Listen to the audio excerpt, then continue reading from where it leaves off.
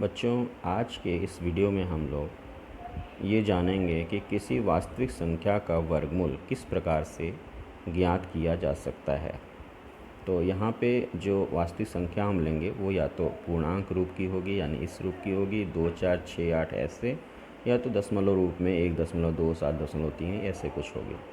तो फ़िलहाल मान लिया कि हमने वो संख्या x है।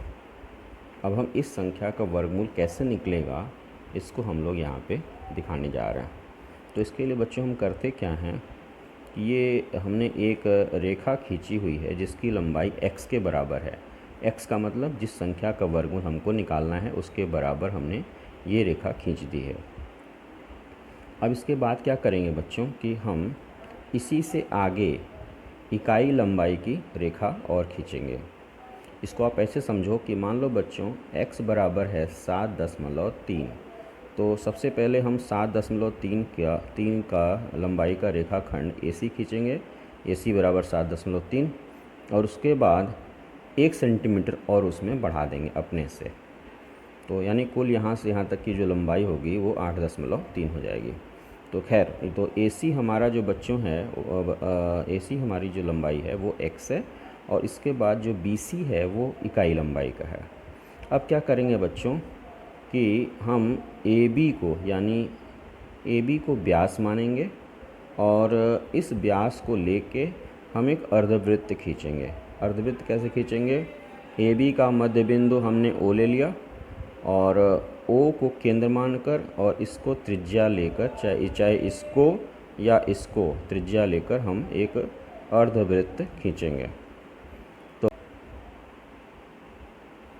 इस दशा में बच्चों O जो है वो वृत्त का केंद्र होगा।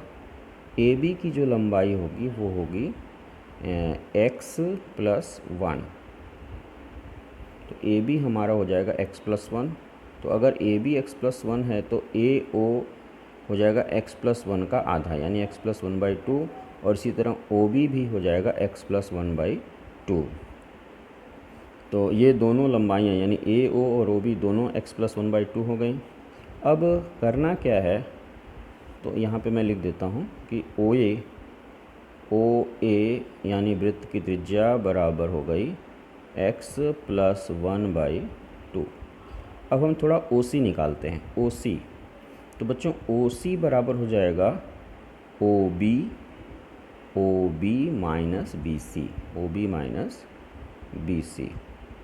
अब OB की लंबाई चूँकि AO की लंबाई x+1/2 है, OB की लंबाई भी x+1/2 होगी, तो OB हो जाएगा x+1/2 और माइनस BC कितना हमने लिया था?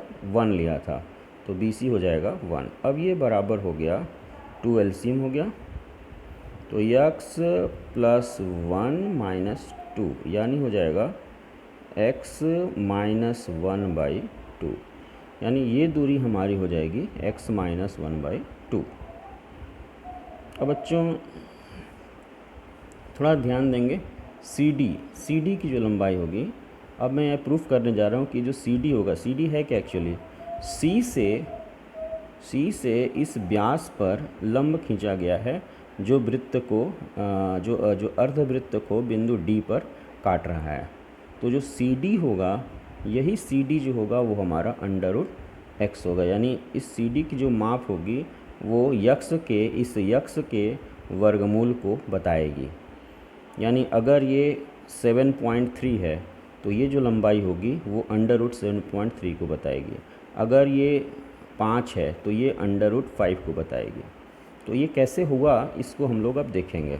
तो बच्चों OD अगर हम इस चित्र को देखें तो हम कह सकते हैं कि OD स्क्वायर बराबर OC square plus CD square, यानी OD स्क्वायर बराबर OC square plus CD square, यानी जो CD स्क्वायर होगा, यानी ये जो CD स्क्वायर होगा ये बराबर होगा OD square minus OC square के। इसको इधर ले गए तो OD square minus OC square बराबर ओ डी स्क्वायर बच्चों कितना है? ओ डी हमारा है वृत्त की त्रिज्या, और वृत्त की त्रिज्या जो है वो यक्स प्लस 1/2 के बराबर है। तो ओ डी की जगह हमने लिखा यक्स प्लस 1/2 इसका होल स्क्वायर, माइनस ओ सी हम निकाल चुके हैं। ओ सी है यक्स माइनस 1/2 इसका होल स्क्वायर। अब बच्चों ये ए स्क्वायर माइनस बी स्क्वायर का फॉर्म है, तो एक बार ये दोनों जुड़ेंगे और एक बार ये घटेंगे, क्योंकि ए स्क्वायर माइनस बी स्क्वायर होता है ए प्लस बी इंटू ए माइनस बी। तो यहाँ पे मैं करने जा रहा हूँ, ये देखिए सी डी स्क्वायर बराबर ए प्लस बी माने x plus 1/2 plus x minus 1/2, ये हो गया। और एक बार जोड़ दिया आपने, अब दूसरी बार घटाएंगे तो x plus 1/2 minus x minus 1/2, ये एक बार घटा दिया ये। अब यहाँ पे क्या होगा, 2 एलसीएम हो जाएगा, तो x plus 1 plus x minus 1, और यहाँ पे होगा 2 एलसीएम होगा, तो यक्स प्लस 1, और ये जो माइनस अंदर जाएगा तो इस चिन्ह को बदल देगा, तो माइनस एक्स और माइनस माइनस हो जाएगा प्लस 1। तो अब यहाँ पे हो गया 2x, 1 कैंसिल हो गया, 2x/2 मतलब सिंपली x इंटू यहाँ पे x कट जाएगा, 1 + 1 2/2 यानी 1, यानी कुल मिला के ये हो गया x, यानी सी डी स्क्वायर बराबर x, तो सी डी बराबर हो जाएगा √x। इसका मतलब ये जो सी डी है बच्चों, ये जो सी डी है यही आपको वर्गमूल बताने लगेगा। तो अगर ए सी हमारा x है तो ये सी डी हमारा √x बताएगा। अब जैसे हमें मान लो बच्चों अंडर रूट 7.3 का मान पता करना है, तो हमने करना क्या है कि सबसे पहले 7.3 सेंटीमीटर की एक रेखा हमको खींच लेनी है। फिर इसके बाद हम जो है 1 सेंटीमीटर आगे हम इसको बढ़ा देंगे। फिर इसका लंबवर्धक खींच के केंद्र पता कर लेंगे, केंद्र यानी मध्य बिंदु पता कर लेंगे। मध्य बिंदु पता करने के बाद हम इसको त्रिज्या लेके या इसको त्रिज्या लेके हम एक अर्धवृत्त खींच लेंगे, ऐसे।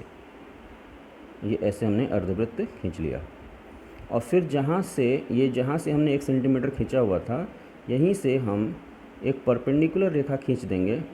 जहाँ पे परपेंडिकुलर रेखा इसको काटेगी वो लंबाई हम नाप लेंगे, ये लंबाई नाप लेंगे, और ये लंबाई आपको √7.3 की वैल्यू बताएगी।